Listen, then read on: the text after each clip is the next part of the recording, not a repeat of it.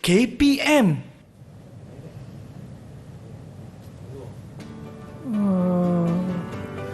Buat macam mana ni? Ayo, kenapa macam ni? Yang ni sebelah ni warna hijau, sebelah sini macam dah tukar warna kuning. Nak buat macam mana ni? Aduh. Hai Sean. Hai cikgu. Kenapa macam runsing tu cikgu tengok ni? Itulah cikgu, daun pokok saya ni dah tukar dah, macam dah jadi warna kuning cikgu. Saya pun risaulah. Sean letak pokok ni dekat mana? Dalam bilik saya cikgu. Dalam bilik. Pokok ni memang cantik Sean. Tapi bila dalam bilik, nanti kita cuba teroka. Kenapa dia jadi warna kuning? Salah ke kalau letak dalam bilik? Sebab dia perlukan penerangan yang panjang lebar. Ya, dan kepada mereka yang menonton di rumah, selamat menonton Teroka Didik TV KPM bersama dengan saya, hos anda, Sean Siun dan juga Cikgu Zamimah. Ya, saya. Okey, sebelum tu saya nak ingatkan kepada adik-adik di rumah untuk sentiasa mengikut SOP seperti memakai pelitup muka, kerap cuci tangan, pakailah gel pembasmi kuman ataupun hand sanitizer, dan apabila berada di tempat awam, pastikan jarak di antara satu sama lain tidak kurang daripada 1 meter. Seperti saya dengan cikgu kan? Rasanya dah lebih macam 2 meter kan cikgu? Betul, jauh ni. Cikgu, saya nak minta cikgu, jom kita buka pelitup muka, tapi sebelum tu pakailah gel sanitasi tangan ataupun gel pembasmi kuman. Okey, cikgu dah pakai. Saya pakai lagi sekali lah. Okey, dan sekarang bolehlah kita buka pelitup muka. Okey, dan kepada adik-adik yang ada di rumah, pastikan bila buka pelitup muka ni, janganlah letak atas meja, jangan letak atas lantai, atas kepala, janganlah. Simpanlah di tempat yang selamat, seperti bekas ni yang saya ada kat sini. Dan cikgu pun ada bekas ya cikgu? Ya, saya pun ada bekas juga. Baiklah cikgu, sebelum kita mulakan penerokan kita, boleh tak cikgu kenalkan diri cikgu? Okey, Assalamualaikum, selamat pagi semua murid-murid. Okey, hari ini cikgu akan bersama-sama dengan awak semua di rumah. Okey, cikgu, nama cikgu Zamimah binti Mak Johari. Cikgu mengajar di Sekolah Sultan Alam Shah Putrajaya.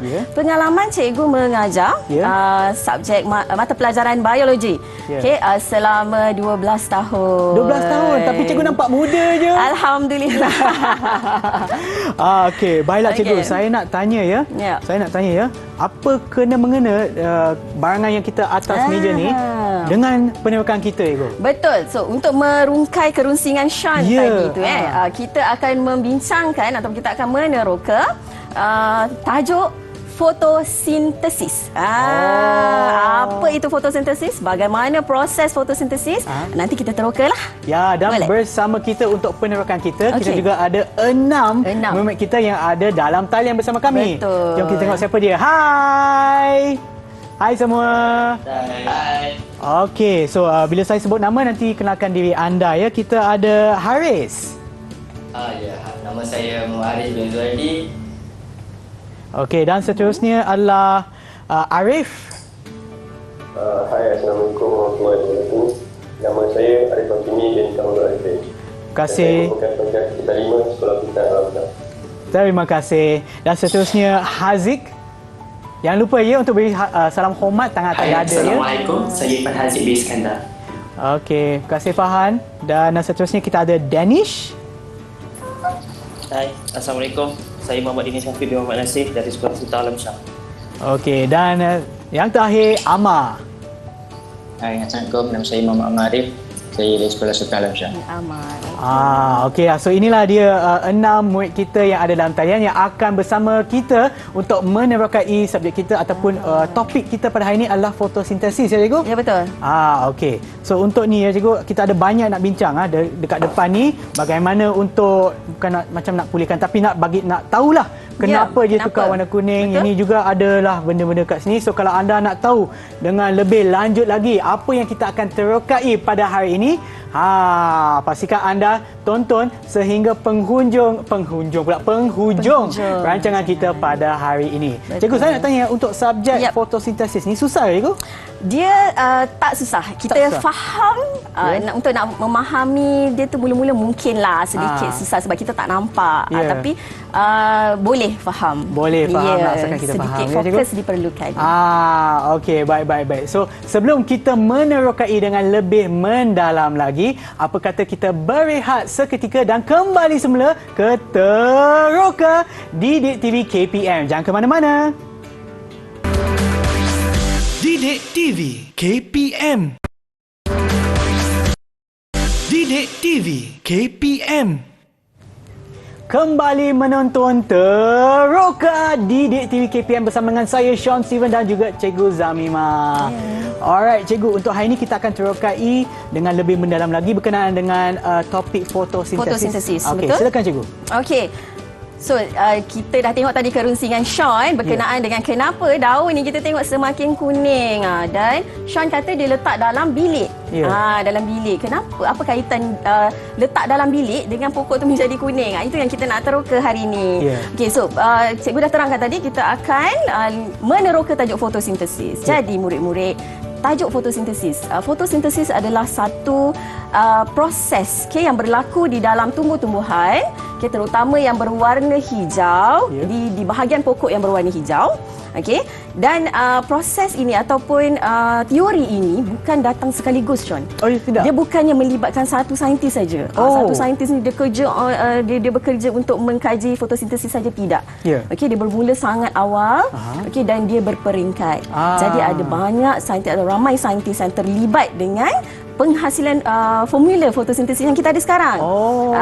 Jadi untuk kita meneroka saintis-saintis dulu, penyumbang-penyumbang utama ni, cikgu nak minta lah murid-murid cikgu yang bijaksana ini untuk cuba menerangkan. Kita ada 3 saintis. Boleh? Siapa yang nak terangkan dulu? Saintis kita ada banyak sebenarnya, tapi kita terangkan 3 lah. Danish, angkat tangan lah. Danish, okey Danish. Jadi untuk saintis yang pertama ialah Jan Baptista Van Helmont. Okey. Pada tahun 1640. Pada tahun 1640, beliau telah membuat satu eksperimen untuk mengkaji makanan dalam tanah, dalam tumbuhan.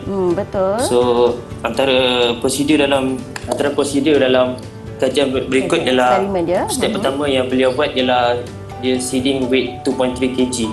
Ataupun biji benih seberat 2.3 kg. Okey, timbang biji benih. Dan seterusnya dia memasukkan soil sebanyak 90 kg. Tanah kering atau soil, dried soil. Betul? Tanah kering And plant was watered selama 5 tahun.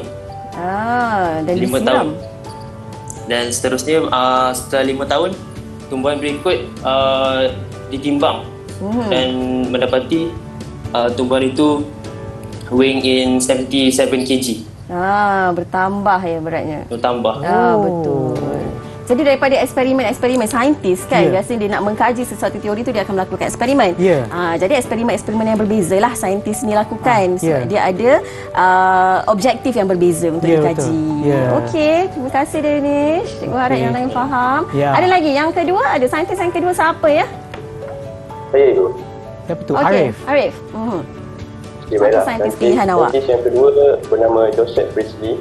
Pada tahun 1772, Joseph Priestley telah pun membuat satu eksperimen bagi mengkaji sama ada tumbuhan membebaskan oksigen ataupun tidak. Jadi eksperimen itu berjalan dengan meletakkan 2 ekor tikus dalam 2 balai yang berbeza, di mana tikus di balai yang pertama mati selepas dia dibiarkan beberapa hari, dan tikus di balai yang kedua kekal hidup kerana ada tumbuhan bersamanya. Jadi daripada kesimpulan yang dapat dibuat daripada eksperimen ini adalah tumbuhan memang membebaskan oksigen ke atmosfera. Okey, terima kasih. So, boleh faham kan? So, dia ada 2 balang. Satu tikus yang tak ada pokok, satu lagi tikus dan pokok. So tikus yang tak ada pokok ni dia mati selepas beberapa hari, dan yang ada pokok ni dia kekal hidup. Sebab asalnya idenya adalah untuk mengkaji sama ada pokok ni menghasilkan oksigen ataupun tidak. So dengan oksigen kita boleh hidup dengan dan juga bernafas kan? Yes, dan yang terakhir saintis yang dia semakin lama dia semakin dekat dengan kita lah masanya, time frame-nya. Okey. So kita tengok saintis yang ketiga dia cakap apa? Saya cikgu. Okey. Akil. Alright, Akil. Berdasarkan kajian saya, saintis ketiga Robin Hill telah menjalankan kajian pada tahun 1939 bahawa oksigen dihasilkan melalui tindak balas cahaya semasa fotosintesis. Okey, betul. Okey, so jadi yang kita semakin dekat kepada persamaan yang kita ada sekarang ni. Dan sebenarnya tak mustahil kalau satu hari nanti murid-murid ini yang menjadi saintis juga mengkaji lagi dengan idea yang dia ada, mungkin persamaan ini boleh berubah sebenarnya. So tak fix lah. Okay. Okay. Alright, so terima kasih. Itu untuk saintis. Jadi murid-murid, apa sebenarnya dari kesimpulan-kesimpulan yang saintis-saintis tu dah lakukan, kajian-kajian tu, apa sebenarnya yang pokok perlukan untuk mendapatkan makanan ni dalam proses fotosintesis? Apa yang dia perlu? Siapa? Okey. Amar. Pokok memerlukan karbon dioksida, cahaya matahari dan juga air untuk melakukan proses fotosintesis. Ya, betul. Perlukan karbon dioksida, air dan juga cahaya matahari. Dan apa pula hasil daripada bahan-bahan tadi tu? Saya cikgu. Okey, teruskan. Hasil ni ialah glukosa dan oksigen. Very good. Glukosa dan oksigen dan juga sedikit air lah, dan air juga. Tapi bila kita balance kan, kalau dalam persamaan kimia, bila kita balance depan dengan belakang tu dia takkan sama. Tapi untuk fotosintesis ni special sikit. Kita highlightkan supaya kita nampak itulah hasil yang pokok-pokok ni keluarkan daripada proses fotosintesis. Okey. So daripada sana tu mungkin kita cikgu nak terangkan untuk pokok yang saya ni ke nanti? Okey, cikgu nak terangkan yang persamaan tadi. Kita tengok kat sini. Boleh? Alright. So persamaan tadi yang kawan-kawan kita sebutkan, kita ada karbon dioksida, kan? Cikgu letak kat sini. Lepas tu bahan dia apa lagi? Kita ada air.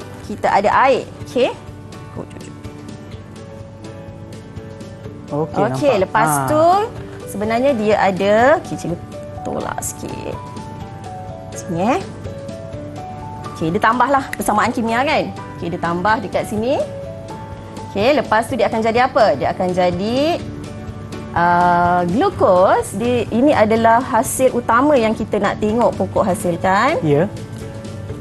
Nampak Syam? Nampak. Tak apa, Ibu, silakan. Boleh. Nampak. Kemudian dia ada oksigen dan dia juga menghasilkan air. Cikgu, saya rasa lebih sesuai kalau cikgu berdiri kat sini lah. Untuk murid kita yang ada di rumah pula boleh nampak. Okey, nampak so aku boleh nampak Okey, so ini tambahlah. Ini tambah. Dekat sini pun ada tambah persamaan kimia kan. Okey, dan apa lagi yang tak ada dekat dalam ni? Kita ada cahaya matahari. Betul. So kita ada UV dekat sini. Sorry lah tulisan cikgu. Okey. Alright, so inilah yang persamaan fotosintesis yang kita dah ada sekarang ni, hasil daripada kajian saintis-saintis yang lepas. Yang tiga saintis tersebut karbon dioksida, air, kemudian hasil dia glukos, oksigen dan juga air juga. Okey. Boleh Okey, boleh. Alright, kemudian kita nak tengok pula sebenarnya dekat mana berlakunya proses fotosintesis. Proses fotosintesis secara asasnya berlaku dalam tumbuhan-tumbuhan yang berwarna hijau. Bahagian tumbuhan yang berwarna hijau selalunya adalah pada bahagian daun. Kan, pada bahagian daun. Tapi ada juga yang batang dia berwarna hijau, contoh macam ni kan. Batangnya berwarna hijau. Jadi dekat situ juga berlaku proses fotosintesis. So maknanya kalau contohlah misal kata tak ada daun juga, masih boleh hidup ke itu? Kita tengok ada tak pokok yang tak ada daun. Okey. Pokok yang tak ada daun, saya rasa di sebelah yang ni kan cikgu? Saya angkatkan. Okey, so dia tak ada daun yang macam ni lah, yang lembut ni tak ada. Okey. So macam mana dia boleh hidup? Dia punya batang tu warna hijau. So dekat batang lah berlakunya proses fotosintesis tersebut. Okey. So sekarang ni cikgu ada beberapa model. Okey. Syah nak pegang ke boleh? Okey, tak apa, saya letak bawah. Okey, so cikgu ada beberapa model. Cikgu ada keratan rentas daun. Okey, cikgu ada keratan rentas daun. Kalau tak nampak kat sini pun ada. Sini lagi senang cikgu nak tunjuklah. Okey, ini adalah keratan rentas daun yang kita boleh tengok lapisan yang paling atas. Okey, lepas tu lapisan bawah dia kita ada palisade mesofil palisade. Lepas tu kita ada spongy mesofil dan lapisan yang paling bawah. Okey, so di kawasan ataupun di lapisan mana yang paling banyak kloroplas? Kita tanya murid-murid kita yang ada dalam talian. Kat mana? Tahu tak kat mana? Yang paling banyak apa Yang tu? banyak kloroplas dekat epidermis ke dekat palisade mesofil? Siapa yang nak cuba jawab? Saya cikgu. Okey, Irfan. Kloroplas paling banyak adalah di kawasan palisade epidermis. Ya, betul. Bagus. Dekat kawasan lapisan yang kedua. Okey. So dia Cikgu, ada sebelum banyak. tu cikgu, saya nak tanya, apa tu chloroplast? Apa itu kloroplast? Ya, cikgu. Kloroplast adalah, kalau kita ingat, kita dah belajar tentang sel. Ini sel. Maka ini adalah sel tumbuhan. Okey. Okey. So sel tumbuhan dia ada banyak organel. Okey, dan organel ni ada fungsi dia masing-masing. Ya, betul. Contoh macam nukleus mengawal sel. Lepas tu kita ada mitokondria untuk menghasilkan tenaga. Kan? Dan untuk tumbuhan bentuk dia macam ni bentuk dia biasanya tetap. Dia ada bentuk empat segi, berpetak-petak lah kalau selalunya. kita bandingkan dengan contoh sel manusia itu, manusia juga macam ni ke? Okey, manusia juga lebih kurang macam ni, cuma bentuk dia tidak tetap. Dia bulat ataupun tak tetap lah bentuk dia. Okey. Sebab dia tak ada dinding sel. Okey. Dan untuk yang sel haiwan dia tak ada yang warna hijau ni. Apa warna hijau ni? Kloroplast. Oh, itulah dia. Okey, so ini adalah kloroplast. So ada dalam tumbuhan sahaja. Okey, so kalau nak jelas lagi kita boleh pergi dekat sini. Okey, ini kloroplast. Ini kloroplast. Okey, kloroplast selalunya bentuk dia lonjong. Nampak tak bentuk lonjong? Bentuk dia lonjong. Okey, dan dia ada dua lapisan membrane. Okey, ada dua lapisan membrane, luar dan dalam. Itu dia punya ciri-ciri dia. Okey, kemudian dalam ni ada biasa cikgu sebut pinggan-pinggan. Pinggan kat sini kan, dia bentuk pinggan yang kita tindih-tindihkan dia. Macam nak buat kenduri tu kan. So ada banyak pinggan. Okey, dan kita namakan dia grana. Okey. Dan dalam grana inilah terdapatnya klorofil. Klorofil. Okey. So klorofil tu apa? Klorofil adalah sejenis bahan kimia ataupun pigmen berwarna hijau. Okey. Pigmen berwarna hijau dan fungsi dia untuk apa? Untuk memerangkap cahaya matahari. Dan pigmen tu warna hijau, sebab itulah kawasan pokok ataupun bahagian pokok yang berwarna hijau lah yang mengandungi banyak klorofil. Klorofil maksudnya ada banyak kloroplas lah. So saya nak tanya Ego, macam yang ini ya Ego. Contoh daun yang ini, daunnya ataupun pokok yang ini. So yang ni warna merah. Yang ni juga adalah dia mengandungi klorofil ke macam mana? So Syam rasa macam mana? Ada tak klorofil? Adalah nampak yang hijau-hijau ni, tapi yang warna merah yang tu. Merah tu. Ya. Okey, cikgu explain dalam tumbuh-tumbuhan. Okey, sebab kalau kita tengok yang ni daun tapi dia warna merah kan? Dia kan dia tak menjalankan proses fotosintesis ataupun proses fotosintesis dia sikit. Ada siapa boleh jawab ke? Ada tak student cikgu yang boleh jawab? Okey. Saya. Macam mana Danish? Untuk tumbuhan yang warna merah, dia masih mempunyai klorofil tetapi warna lain lebih dominan. Betul. Terima kasih Danish. Betul. Dia ada lagi juga klorofil dia, tapi dalam tumbuhan ni sebenarnya dia ada pigmen-pigmen warna lain juga. Ada warna merah, ada warna orange, ada warna kuning. Tapi kita tengok yang mana yang dominan. Itu kita akan sentuh nanti kan Ego? Betul. Kita akan sentuh. Okey. Jadi, bila kita dah tahu tentang daun, okey, kita dah tahu tentang sel dalam tumbuh-tumbuhan, okey, kita dah tahu organel yang terlibat dalam proses fotosintesis. Sekarang kita nak tahu pula proses yang berlaku. Okey. Jadi murid-murid cikgu akan bantulah rasanya, cikgu dah ajar. Okey. Boleh bantu cikgu untuk menerangkan proses fotosintesis. Silakan. Siapa nak mula dulu? Saya Ego. Okey, sila. Fotosintesis. Yang pertama, dia ada tindak balas bersandarkan cahaya. Betul. Proses yang pertama ialah klorofil pigment akan menarik elektron daripada air melalui fotolisis untuk menstabilkan. Okey. Dan yang kedua, fotolisis merupakan proses menguraikan molekul air kepada ion hidrosida dan ion hidrogen. Betul. Yang ketiga, ion hidrosida akan membentuk air dan oksigen. Okey, itu yang berlaku pada air. Okey, dia ada sebab kita ada air tadi kan? So sebenarnya air ni kita ada formula H2O kan? Bila dia berjumpa dengan UV, dia akan berlaku proses fotolisis ataupun proses pemecahan molekul air. So molekul air tu dia akan pecah jadi satu hidrogen, satu hidroksid. OH, dia OH dengan H+. Dia ada H+ kat sini cikgu tulis. Dia akan pecah kepada H+ dan juga OH. Okey, lepas tu nanti dia akan membantulah proses-proses ini kemudiannya. Okey, seterusnya. Siapa nak sambung? Belum habis lagi tu. Saya. Okey. Amal. Pigmen fotosintesis di permukaan telekot akan menyerap tenaga cahaya. Okey, Lalu klorofil. tenaga cahaya akan menguja elektron dalam pigmen klorofil ke aras yang lebih tinggi. Betul, sebab dia dapat tenaga. Ya. Okey, so klorofil tadi bila dia terima, kita ada klorofil kan?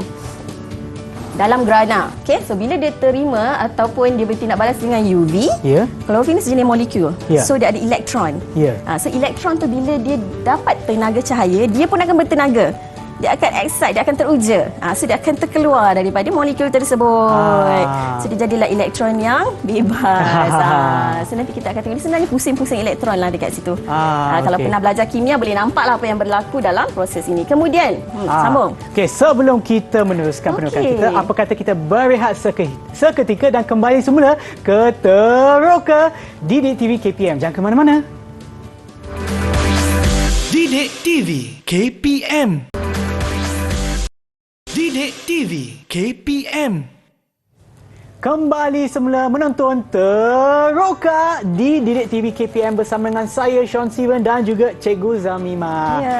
Okey Cikgu, silakan ya. Sebelum tu Cikgu ada tanya soalan kepada salah satu murid kita yang ada dalam talian ya Cikgu. Betul. Okey. So tadi sebenarnya proses tadi pun tak habis lagi, kita cuba sambung. Kita berdasarkan kepada persamaan tadi. Ya. Okey. Haris tadi yang nak jawab. Betul, Haris. Sambung. Ya. Okey, Haris. So, daripada Amal tadi, elektron yang dah teruja tu, dia akan convertkan jadi energi lain dalam bentuk ATP. Lepas tu, elektron yang teruja ni pula dia akan go through banyak transport dalam sel tu.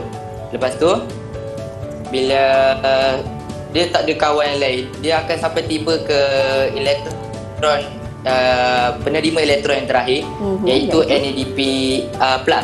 Betul. So, kita ambil yang daripada akil punya fotolisis, iaitu ion hidroksida tadi. Bila digabung sekali, dia akan jadi NADPH, iaitu ejen penurunan. Dan seterusnya, dia akan dibawa kepada waktu malam, dari mana berlakunya light independent reaction ataupun tindak balas tidak bersandarkan cahaya. Okey, terima kasih Haris. Okey, so beberapa Haris cakap tadi elektron yang keluar daripada klorofil tadi yang teruja tadi disebabkan dia dapat cahaya matahari. Okey, dia akan melalui beberapa peringkat pengangkut. Dia akan sampailah dia jumpa NADP. NADP. Okey. Lepas tu dia akan bergabung dan jadi NADPH. Okey, lepas tu dia akan yang cikgu lupa nak terangkan tadi, dua tempat berlaku yang kawan-kawan sebut tadi adalah tindak balas bersandarkan cahaya. So dia berlaku dalam gerhana. Sebab dalam ni ada klorofil. So klorofil tu dia akan merangkak cahaya. Dan dekat luar ni ataupun stroma, pun adalah salah satu tempat di mana dia akan lengkapkan proses fotosintesis. Jadi NADPH tadi tu dia akan keluar. Dia akan keluar. Dan dia akan disambut oleh karbon dioksida. Tadi kita baru cakap pasal air. Kan? Fotolisis. Karbon dioksida dia akan tunggu dekat luar ni. So dia akan disambut oleh karbon dioksida dan dia akan teruskan lagi proses sampailah terhasilnya glukos dan sebagainya. Cikgu rasa yang tu boleh kawan awak terangkan dengan lebih terperinci lagi. Siapa yang nak terangkan yang tidak bersandarkan cahaya? Teruskan. Arif. Seperti yang Cikgu Zamimah sebut tadi, proses tidak bersandarkan cahaya ini berlaku di dalam stroma. Betul. Jadi proses pertama yang berlaku adalah gas karbon dioksida yang diserap oleh tumbuhan akan bercantum dengan sebatian organik 5 karbon. Dan seterusnya akan membentuk sebatian organik 6 karbon. Betul. Jadi sebatian organik 6 karbon ini pula akan dihantar ke monomer glukosa dengan bantuan NADPH dan ATP yang telah kontraksi daripada tindak balas cahaya. Jadi proses terakhir di sini adalah monomer glukosa ini akan terkondensasi dan bertukar menjadi molekul kanci. Betul. Jadi seterusnya molekul-molekul kanci ini pula akan disimpan dalam stroma kloroplast. Okey, jadi faham Boleh. Boleh. Yang akhir tadi tu, okey, ada sebut molekul glukos ni 6 karbon ni. Kenapa 6 karbon? Glukos terdiri daripada 6 karbon. Karbon dia ada 6, hidrogen ada 12, oksigen ada 6. Ini formula glukos. Okey. Kemudian dia akan, glukos ni banyak. Okey, tumbuhan ni dia akan, selagi ada cahaya, dia akan melakukan proses fotosintesis. Dan kalau waktu malam tak ada cahaya, adakah proses fotosintesis tak berlaku dan tumbuhan tu tak makan? Jadi siang dia akan melakukan proses fotosintesis, menghasilkan glukos yang banyak. Dan kemudian dia akan simpan dalam bentuk kanji. Sebab tu kita makan nasi ada kanji, kita makan kentang ada kanji. Kan? So daripada proses fotosintesis dia simpan. So kalau masa-masa yang dia tak dapat melakukan proses fotosintesis, dia akan menggunakan balik kanji tersebut. Supaya tak lapar lah. Supaya Macam tak saya malam-malam lapar. Kesian pula tumbuhan tak ada makanan pula lapar. Kan? Kita lapar kita boleh buka fridge. Okay. Alright. So satu lagi yang cikgu nak terangkan sikit, bukan terangkan lah, betulkan sikit. Proses yang tidak bersandarkan cahaya itu tak semestinya berlaku waktu malam. Dia boleh juga berlaku pada waktu siang. Cuma dia tak perlukan cahaya lah. Dia akan sambunglah terus daripada dalam grana tadi yang dilakukan oleh klorofil, dia sambung terus keluar. Sebab apa yang telah pun dikumpulkan masih boleh dijalankan. Betul. Tapi waktu malam dia akan boleh terus melakukan proses yang tidak bersandarkan cahaya. Okey, boleh. Tak boleh. Jadi cikgu nak tanya, berapakah kadar ataupun berapa cepat proses fotosintesis ni berlaku? Adakah dia berlaku dengan sangat cepat ataupun dia berlaku dengan perlahan? Macam Sean tadi kan, pokok ni, kenapa dia kuning bila letak dekat dalam rumah? Kenapa dia kekuningan? Adakah kerana dia tidak cukup melakukan proses fotosintesis? Kerana proses fotosintesis tu kalau dia lagi banyak berlaku, lagi banyaklah klorofil akan terhasil. Jadi kalau dia kurang hijau, bermaksud dia kuranglah melakukan proses fotosintesis disebabkan oleh faktor-faktor yang tertentu. Apakah faktor-faktor dia?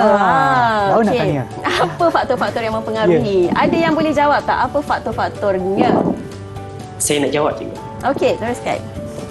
Jadi ada 3 faktor yang mempengaruhi kadar fotosintesis. Jadi kalau kawan-kawan dengar, kawan-kawan pasti akan ingat terus. Yang pertama sekali adalah kepekatan gas karbon dioksida. Yang kedua adalah keamatan cahaya dan yang terakhir sekali adalah suhu. Betul. Tu Irfan. Terima kasih. Ada 3 faktor utama lah. Okey, sebenarnya adalah beberapa faktor lain. Okey, kalau kita tak siram pun dia tak boleh juga kan lakukan proses fotosintesis sebab salah satunya dia perlukan air. Okey, tapi yang utamanya kita lihat kepada cahaya matahari, keamatan cahaya, okey, kepekatan karbon dioksida, okey, dan juga satu lagi tadi apa? Suhu. Suhu. Okey, kita tengok kepada suhu. Okey, so ini adalah antara faktor-faktor yang mana dalam di bilik darjah kita lakukan eksperimen-eksperimen untuk melihat kesahihannya. Sebab tu cikgu bawa ni, nampak tak? Nampak cikgu. Dari tadi ini adalah eksperimen yang paling cikgu suka sebenarnya sebab dia simple tapi dia punya pemerhatian dia tu sangat menarik. Iaitu kita akan melihat, kita akan lihat apa. Nanti cikgu explain ya. Okey, so ini cikgu perkenalkan dulu radasnya. Okey, dari 3 faktor tadi tu, eksperimen ini adalah untuk menerangkan atau untuk membuktikan kesan keamatan cahaya terhadap proses fotosintesis. Okey. Jadi saya perkenalkan radasnya. Okey, kita dalam eksperimen kita ada 2, satu radas, satu bahan. Okey, so radas ni, okey, contoh kita ada bika. Okey, cikgu tunjukkan ya.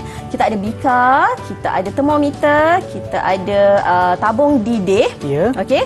Kemudian kita ada kaki ritot ni, okey, untuk memegang, dan kita ada lampu. Okey, bahannya pula kita perlukan yang utama sekali pokok lah. Itu pokok apa cikgu? Pokok apa nama dia? Pokok ni nama dia hydrilla. Hydrilla. Dekat mana kita boleh jumpa hydrilla? Dalam air. Dalam air. Usually biasanya dalam kolam kita boleh jumpa.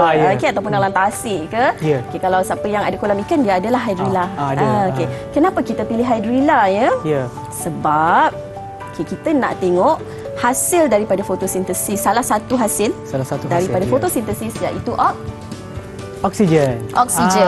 Kalau kita guna tumbuhan darat macam yang ada dekat depan ni, kita nampak tak oksigen keluar? Tak nampak lah. Kita tak nampak. Sebab tu kita guna tumbuhan air. Sebab bila oksigen keluar, dia akan hasilkan buih udara. Sebab tu cikgu suka eksperimen ni. Sebab bila nampak buih-buih tu kita rasa macam buih kan, kita suka tengok kan buih keluar. Okey. Jadi bila kita excited bila kita nampak buih-buih. Syamul mesti tak sabar. Cikgu pun tak pasti. Okey, sebab dia ada beberapa faktor lain yang mempengaruhi, contoh suhu tadi kan. Okay, kita tengok kalau jadi, maksudnya rezeki kita lah kalau keluar buih tu. Dan bahan lain kita ada ni apa? Kita ada natrium hydrogen carbonate. Okey, so ini adalah untuk membekalkan karbon dioksida kepada pokok. Okey, so dia adalah salah satu bahan yang diperlukan untuk proses fotosintesis kan? Ya, betul. Okey, jadi daripada tiga-tiga faktor tadi, apabila kita nak mengkaji satu faktor, faktor yang lain kita kena pastikan dia dalam keadaan yang konstan. Ya. Yang tidak ubah ya ke? Yang tidak ubah. Okey. Jadi kita tak ubahlah. Okey. So kita akan eksperimen ni mudah ni apa? Termometer. Okay, termometer tadi adalah suhu, untuk suhu sebab kita nak konstankan suhu kan. Ya, betul. So kita kena pastikan suhu tu tetap kekal. Ya. Okay, dan concentration ataupun kepekatan karbon dioksida pun kekal. Kita guna yang sama. Apa yang tukar itu? Apa yang tukar? Kita nak uji apa tadi? Cahaya. So kita ada lampu dekat sini. Okey. Jadi apa yang cikgu tertinggal sebenarnya pembaris. Okey, tak apa. Okey, lampu ini kita ada dua cara. Sama ada kita nak bezakan jarak lampu dengan pokok. Okey, selalunya kita buat 10 cm, 20 cm, 30 cm, semakin lama semakin jauh. Sampai berapa jauh ya, Go? 30 selalunya dalam tak sampai lah kan. kilometer. Okey, dalam 50 cm cukuplah. Okey, dalam 50 cm. Jadi ataupun yang kedua, cara yang kedua kita tukar dia punya kuasa lampu. Sebab kuasa lampu ni ada yang 20 watt, 40 watt, 60 watt, pun boleh juga. Okey. So, jadi untuk eksperimen ni kita akan buat macam mana? Okey, untuk eksperimen ini sebenarnya kita akan ukur jarak lah. Okey, tapi itulah cikgu terlupa pula pembarisnya, tak apa. Okey, kita anggarkan kita anggarkanlah. Okey, so kita akan bila kita dah susun apparatus dan bahan ni macam ni, kita akan hidupkan lampu. Sebenarnya dia mengambil masa lah sedikit mengambil masa sedikit untuk kita nampak buih-buih itu terbentuk. So, proses fotosintesis itu bukan proses yang laju, dia proses yang perlahan-perlahan. Sebab tu kalau dalam keamatan cahaya yang biasa dan suhu di sini juga agak rendah, so cikgu rasa memang agak sukar untuk kita melihat hasil dia ataupun buih dia. Jadi okey, cikgu dah sediakan cikgu. video. Okey, kalau tidak kita berhari-hari ada kat sini. Kalau tak kita kena tunggu berhari-hari untuk melihat buih-buihnya terbentuk. Okey, jadi kalau kita nak tengok, cikgu dah sebenarnya di sekolah cikgu dah buat dah eksperimen ni untuk dapatkan video tersebut. Video macam mana buih tu, adakah dia besar-besar ke? Okey, besar mana buih yang akan keluar, daripada mana buih itu keluar. So kita boleh tengok daripada video yang cikgu sediakan. Jom kita saksikannya. Didik TV KPM.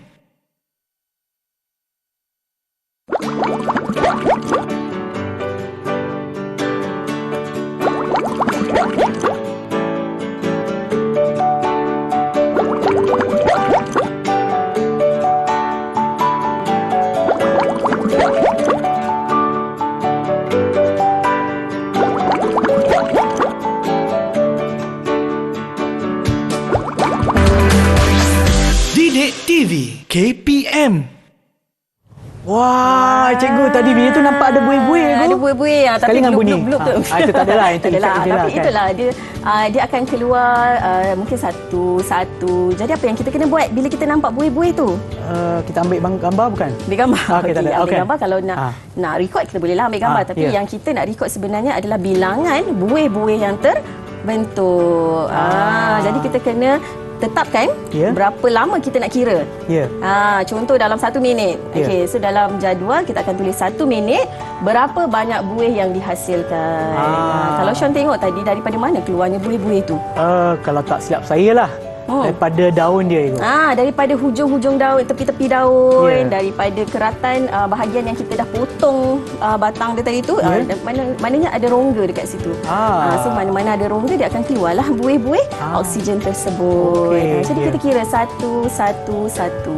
Tapi satu lagi langkah berjaga-jaga untuk dapatkan data yang tepat. Kita kena pastikan di awal buih tu keluar, kita tunggu sampai dia konsisten. Dia konsisten keluar. Okey, baru kita ready. Okey, ready 1 minit untuk kita kira. 1, 2, 3. Kalau ikut pengalaman cikgu, kalau dia punya faktor-faktor dia mencukupi, suhu dia cukup baik, kepekatan karbon dioksida dia cukup, okey, dan lampu ni pun tak ada masalah. Cikgu pernah dapat sampai hampir 200 buih dalam masa 1 minit. Boleh bayangkan dia keluar plup. Dia keluar kan. Sebab tu dia sangat menarik sebenarnya kalau kita dapat tengok buih dia. Okay, kita tanya dulu murid-murid kita yang ada dalam talian. Semua faham tak? Amar faham? Amar macam senyap je. Okey Amar? Okey Okey, silakan cikgu teruskan. Boleh faham Okey, jadi dalam jadual dia pun sangat simple. Okey, cikgu lukis ke jadual dia? Boleh cikgu. Boleh kita boleh letak cabut ke tepi ini. cikgu. Okey, cikgu letak kat sini Alright. Okey. Cikgu cuba lukis jadual. Okey, jadual dia simple sahaja. Kita mulakan dengan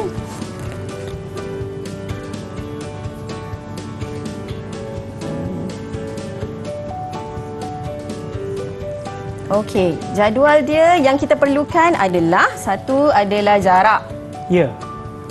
Kenapa kita guna jarak? Kita nak tengok keamatan cahaya. Kenapa? Siapa boleh jawab? Ada tak yang boleh jawab? Kenapa kita guna jarak lampu dengan pokok? Kita tak guna keamatan cahaya dekat dalam jadual ni. Ada siapa yang nak cuba? Ada siapa nak cuba? Boleh cuba tak apa. Salah cikgu betulkan. Okey, nampaknya Saya okey. Kenapa? Kerana kadar kebesaran cahaya untuk didapati oleh pokok tersebut. Kadar keamatan cahaya. Okey.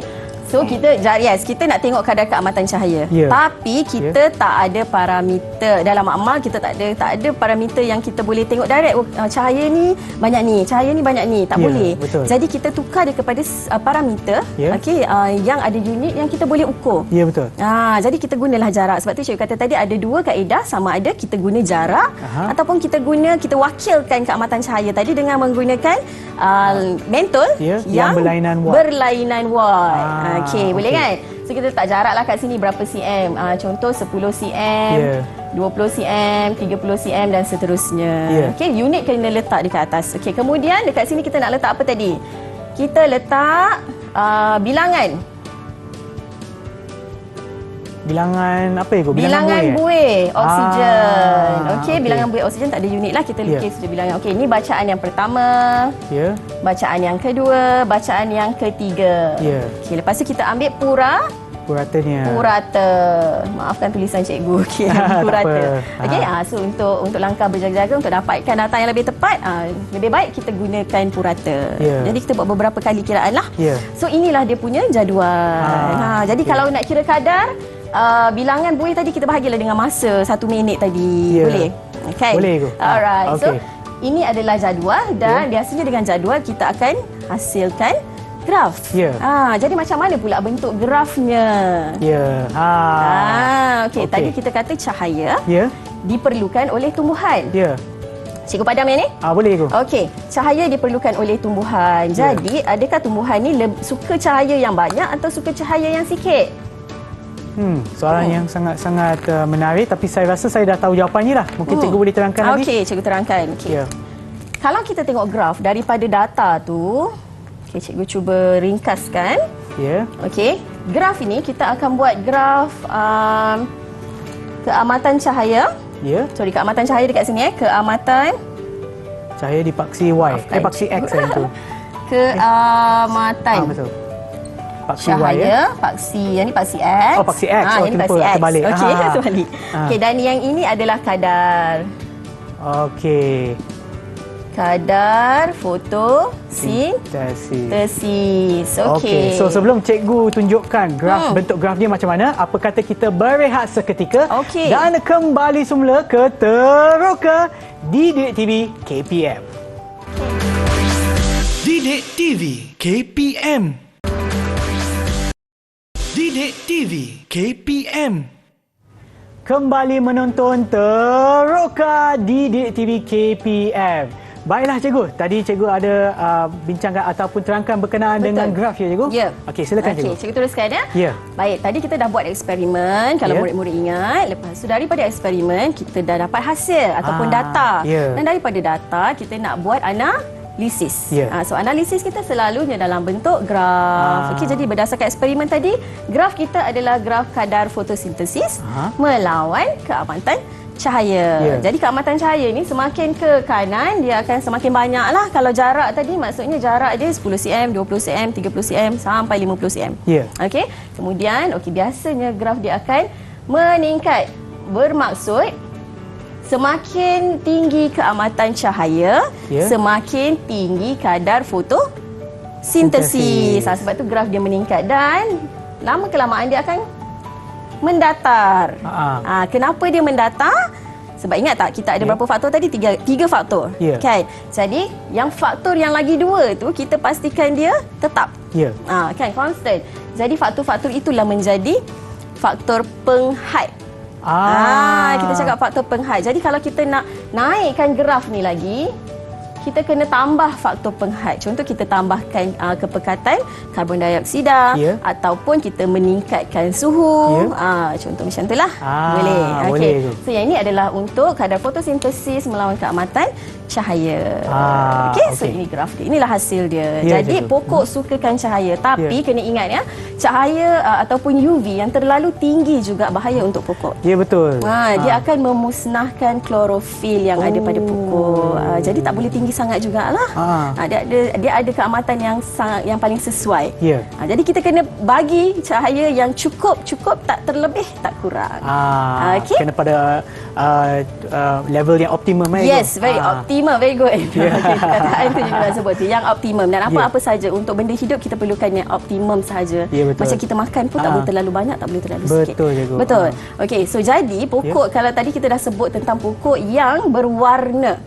Kan, kalau kita dah explore tadi tu, kita dah teroka. Okey, pokok yang berwarna yang macam ni tu. Pokok yang berwarna maksudnya dia masih ada klorofil, tetapi pigmen lain tu mendominasi. Jadi kita nampaklah merah ke orange ke, kan. Okay, tapi masih lagi berlaku proses fotosintesis. Jadi pokok-pokok seperti ini sesuailah kalau kita nak letak di dalam rumah, kerana keamatan dalam rumah tu sesuai. Dia tak perlukan banyak sangat cahaya. Betul, tak perlu cahaya yang terlalu banyak. Tapi ada pokok yang dia kena cahaya terlalu banyak, dia perlukan cahaya yang banyak. Sebab tu kita tengok ada pokok yang sesuai untuk kita letak dekat halaman rumah, ada sesuai kita letak di bawah porch kereta tu, kan. Pun ada yang sesuai kita letak dalam bilik.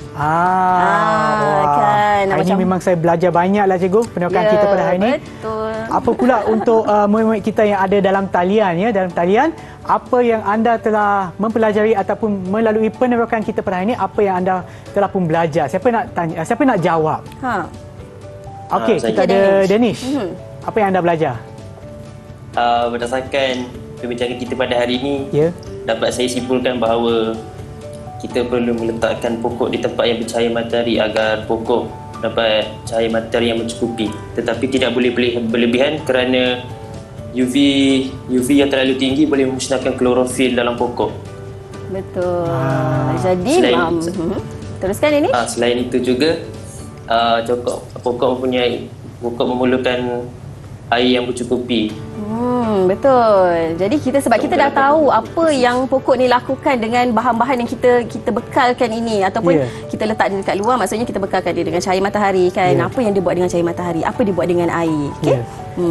Ada lagi yang nak bagi? Siapa lagi yang nak bagi pendapat ataupun apa yang anda belajar? Hasil penerokan kita. Saya cikgu. Okey. Jadi apa yang saya belajar sebelum ni, saya ingatkan yang pokok ni time buat fotosintesis just serap cahaya dan keluarkan oksigen. Tapi hari ini saya belajar yang saya tak dapat tahu yang proses dia lagi kompleks daripada just serap cahaya dan keluarkan oksigen. Dan saya tahu ada juga faktor-faktor yang akan mempengaruhi kadar fotosintesis. Okey, betul. Terima kasih Ifan. Okey, betul. Kalau kita tak belajar secara mendalam proses ini, kita hanya nampak, kita hanya dapat kesimpulkan apa yang kita nampak. Pokok ni layu sebab dia tak kena matahari. Pokok ni layu sebab kita tak siram. Tapi kita tak tahu di sebalik keperluan-keperluan tu apakah proses yang berlaku di dalam pokok, kan?